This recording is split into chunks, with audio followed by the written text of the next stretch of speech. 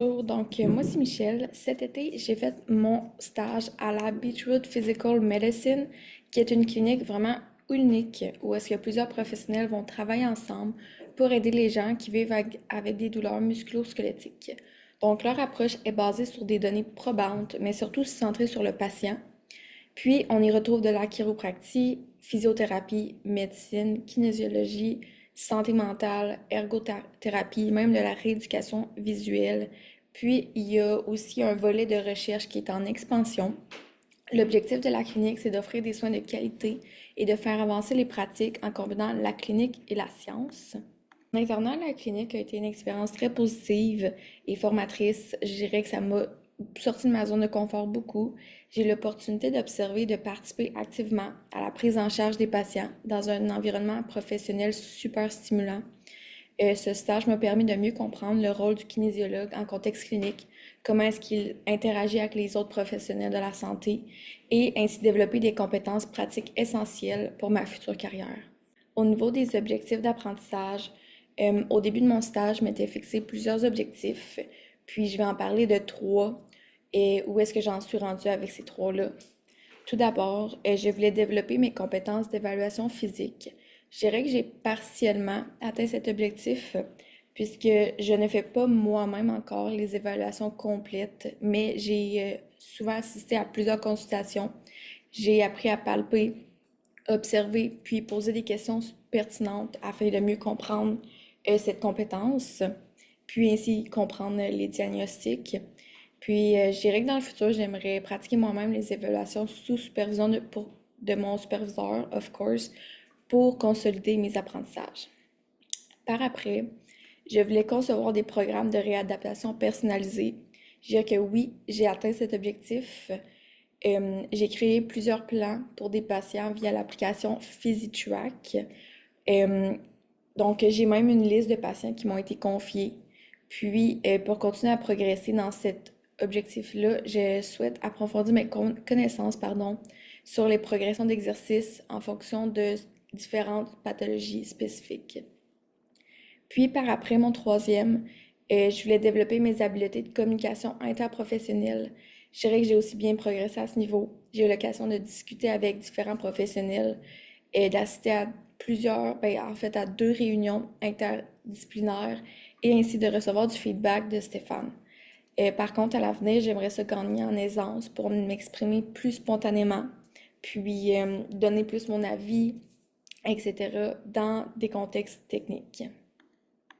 Au niveau des tâches et responsabilités, pendant mon internat, j'ai eu l'occasion de remplir plusieurs responsabilités importantes, puis en voici quatre tirées de mon contrat.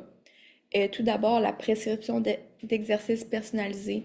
Donc, j'ai eu à concevoir des programmes d'exercices adaptés aux besoins de patients que je suivais de semaine en semaine. Je me suis sentie de plus en plus compétente avec la plateforme PhysiTrack, puis j'ai su ajuster les exercices selon les douleurs, la progression ou la condition de chaque patient. Et je dirais que c'était une tâche essentielle pour assurer un suivi efficace et individualisé, ce qui augmente l'adhérence et l'efficacité des traitements par après. Sinon, deuxième tâche, l'accompagnement des professionnels lors des rendez-vous. Donc, j'ai observé de nombreuses consultations, surtout avec Stéphane, le chiro. Et j'ai appris à reconnaître les signes cliniques importants et faire le lien entre l'évaluation et l'intervention. J'ai aussi assisté à des rendez-vous avec le médecin du sport, puis le kinésiologue, pardon, jusqu'à présent. Mais le but, c'est de voir tous les professionnels. Donc, cette tâche m'a permis d'enrichir ma compréhension du rôle interdisciplinaire de chacun et d'assurer une meilleure continuité entre les traitements manuels et les exercices. Par après, le suivi des progrès des patients. Donc, en travaillant plusieurs fois avec les mêmes patients, j'ai pu observer leurs progrès et ajuster les exercices selon leur évolution. Et j'ai appris à poser les bonnes questions, observer les mouvements, écouter les rétroactions des patients. Donc, je dirais que ce suivi est crucial pour adapter les interventions et assurer une progression sécuritaire et efficace. Puis, par après, la participation aux échanges interprofessionnels. Comme mentionné plus tôt, j'ai assisté à deux réunions interdisciplinaires. J'ai vu comment les décisions sont prises en équipe et comment chaque professionnel apporte sa vision à la réunion selon des cas patients, etc. Cette tâche m'a permis de mieux comprendre la collaboration entre les disciplines, ce qui est un atout majeur dans une clinique interdisciplinaire comme celle-ci. Par après, au niveau des habiletés transférables, il y a deux habiletés que j'ai développées dans mes expériences antérieures qui, je dirais, ont été particulièrement utiles durant mon internat. Donc, tout d'abord, ma capacité à vulgariser l'information, surtout au niveau des exercices que j'ai développé en tant qu'entraîneur dans un gym. Puis, j'ai su adapter mon langage à chaque individu. Par exemple, avec un patient souffrant, pardon, de kinésiophobie, j'ai utilisé des termes simples et rassurants pour lui redonner confiance en ses capacités. Puis ça, je dirais que ça a eu un impact direct sur son engagement et sa progression. Et par après, mon aisance à créer un lien rapidement avec les gens est développée grâce à mes nombreuses années en service à la clientèle ainsi que dans la restauration. Puis aussi en animation de groupe, j'ai travaillé dans des camps de jour avec des enfants. Ça, je dirais que ça m'a beaucoup aidé puisque ça m'a permis d'établir une relation de confiance avec les patients. Par exemple, plusieurs d'entre eux ont demandé à refaire leur séance spécifiquement avec moi, ce qui démontre que ma capacité à instaurer un climat positif puis un lien de confiance a une grande influence sur l'expérience à la clinique, chose que je suis vraiment fière. Et ces deux habiletés ont vraiment facilité aussi mon intégration à l'équipe, puis ça m'a permis d'avoir un impact dans le parcours des patients. Par après, une force que je possède dans le contexte clinique, je dirais que c'est ma capacité d'adaptation dans les interventions, surtout en kinésiologie. Ici, je vais donner l'exemple de le patient avec la kinésiophobie que j'ai mentionné à la diapo précédente. Donc, dans la semaine 3, je pense, je l'ai mentionné dans mon journal de bord, mais j'ai travaillé avec un patient souffrant de kinésiophobie. Ce dernier avait beaucoup de réticence à faire n'importe quel type de mouvement par peur de aggraver sa condition, aggraver ses douleurs. De ce fait, je pense que pendant 2 ans, il n'a pas bougé du tout parce qu'il avait vraiment la peur de empirer sa condition. Donc, il y avait beaucoup de réticence à faire n'importe quel exercice, dont surtout le bird dog. Et il disait que c'était impossible pour lui, que jamais il allait faire ça, etc. Mais tu sais, je voulais quand même essayer de faire l'exercice avec lui tout en écoutant son corps. Et j'ai donc modifié l'exercice en le décomposant étape par étape. Donc, au lieu de allonger la main au complet et la jambe, on a commencé par simplement transférer le poids sur une main. Puis après ça, il regardait comment est-ce que ça filait pour lui. Puis, on a levé graduellement et légèrement le bras en le reposant à terre. Puis, à un certain moment, il a été capable d'allonger le bras au complet. Puis là, il s'est vraiment choqué lui-même. Il pensait pas être capable de faire ça. Puis à la fin, il a été capable de faire le bird dog. Il était super bon. Puis ça lui a même pas fait de douleur. Ça a vraiment été un beau moment, puisque le voir autant heureux, puis il était super reconnaissant. Donc je dirais que grâce à cette approche graduelle que j'ai eue, et puis ma capacité d'adaptation, euh, le patient a réussi à faire l'exercice complet et se sans douleur. Donc, cette adaptation a non seulement permis au patient de progresser physiquement, mais aussi de reprendre la confiance qu'il avait perdue.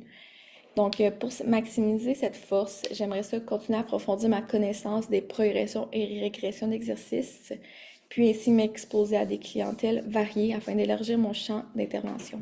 Au niveau des éléments à améliorer, un aspect que je souhaite améliorer, ma capacité d'obtenir et intégrer du feedback de façon proactive. Donc, dans mon auto-évaluation, je me suis donné une note un peu plus basse pour cette compétence, car j'ai remarqué que je ne sollicite peut-être pas assez les retours de mes superviseurs ou mes collègues après mes interventions. Par exemple, dans mon journal, au niveau de la semaine 4, j'ai guidé plusieurs patients dans leurs exercices, pardon. Puis, en y pensant, j'aurais vraiment dû prendre le temps de demander à Stéphane ou n'importe quel autre professionnel des feedbacks, des commentaires sur ma façon d'interagir avec le patient, de l'encadrer. Donc, puisque j'ai l'impression que c'est une occasion manquée pour apprendre. Puis je me rends compte que faire mon stage dans cette clinique, c'est vraiment une magnifique opportunité. Puis j'aimerais ça en profiter au maximum pour développer ces habiletés. Donc comme objectif, je vais me demander de demander du feedback à moins une fois par semaine et de prendre des notes pour voir mon évaluation au fil du temps. Donc, au niveau de mon auto-évaluation, euh, pour la première partie de mon stage, j'ai été capable de démontrer plusieurs compétences importantes avec efficacité. Par exemple, j'ai bien communiqué avec les patients et les membres de l'équipe. J'ai adapté mes explications pour qu'elles soient claires et rassurantes. J'ai aussi modifié les exercices en fonction des capacités des patients, tout en leur fournissant un feedback pertinent. De plus, j'ai aussi respecté les règles de confidentialité, puis j'ai maintenu des limites professionnelles claires, ce qui est essentiel en contexte clinique. Donc, cela dit, il y a eu certaines compétences qui étaient un peu plus difficiles à mettre en pratique. La première, je dirais, c'est l'obtention et la documentation du consentement éclairé. Comme la plupart des patients étaient déjà pris en charge par les autres professionnels de la santé, j'ai pas eu à gérer l'étape du consentement lors des premières rencontres, mais je me rends compte que c'est quand même super important, puis que surtout pour établir une relation de confiance et assurer des interventions sécuritaires. Dans la suite du stage, je pense que je vais demander à être plus impliquée dans ce processus-là, puis à intégrer systématiquement l'explication du consentement dans mes premières séances d'exercice. Une autre compétence un peu plus difficile a été la documentation du progrès des patients, et ce de façon précise, pardon, et en temps réel. Je dirais que je suis encore en apprentissage avec l'application PhysiTrack et puis je prends un peu plus de temps que souhaité pour noter toutes les informations. Fait que pour améliorer ça, je vais continuer à me familiariser avec PhysiTrack, puis je vais vraiment établir une routine après chaque séance, demander du feedback sur mes notes pour m'assurer qu'elles sont claires et complètes, puisque je pense que c'est super important pour le progrès du patient. Puis pour finir, une dernière compétence un peu plus difficile à développer pour moi dans le futur est de savoir quand est-ce référer un patient à un autre professionnel de la santé. Je dirais que je comprends de mieux en mieux les rôles des physios, chiro, médecins du sport, mais il y a quand même beaucoup de professionnels de la santé dans la clinique. Puis il y a certains professionnels ou certaines situations où est-ce que je ne saurais pas référer à qui exactement. Ici, je parle un peu plus de l'acupuncture, où est-ce que je n'ai pas encore eu la chance d'assister à des séances d'acupuncture. Puis j'ai la difficulté à savoir dans quel cas ce serait une bonne idée de référer un patient à l'acupunctrice. Donc, c'est quelque chose que j'aimerais ça développer pour la fin du stage. Puis, je pense aussi que pour progresser à ce niveau, je vais essayer d'observer une de ces interventions comme mentionné, poser des questions sur son champ de pratique, avec quel genre de personne est-ce qu'elle travaille, puis lire davantage sur les indications de l'acupuncture en réadaptation. Donc, je dirais que ces actions-là vont m'aider à mieux maîtriser ces compétences et à gagner en confiance dans mon rôle de kinésiologue en formation. Donc, en conclusion, mon stage à la clinique a été une expérience extrêmement enrichissante qui m'a appris à développer mes compétences cliniques et ma confiance professionnelle.